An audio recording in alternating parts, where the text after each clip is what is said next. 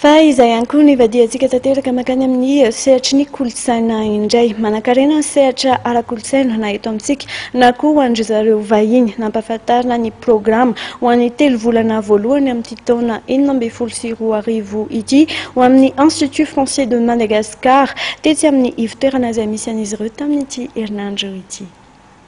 Nampahafantarina tamin'ny alakamisy tetsy amin'ny IFM Analakely ny programa ara-kolotsaina izay ho an'ny 3 volana voalohany ny Institut Français de Madagascar.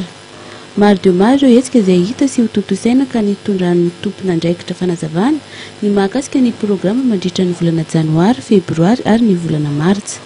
Anisan'izany ohatra ny sanganasan'i Michel Rakotozan, Rizasolo, ny hetsika izay misy ny Rabosa sy Vola Asiniaina ary ny sanganasan'ny Rahabe Arvelo.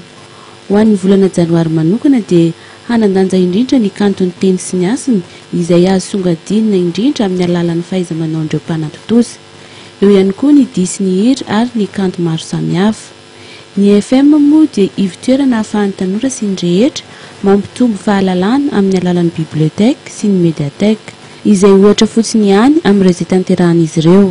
Hita ihany koa moa tao anatin'ny programa ny mahamatianina ny tanora mpandray anjara ao ireo teratany malagasy sy vahiny ihany koa.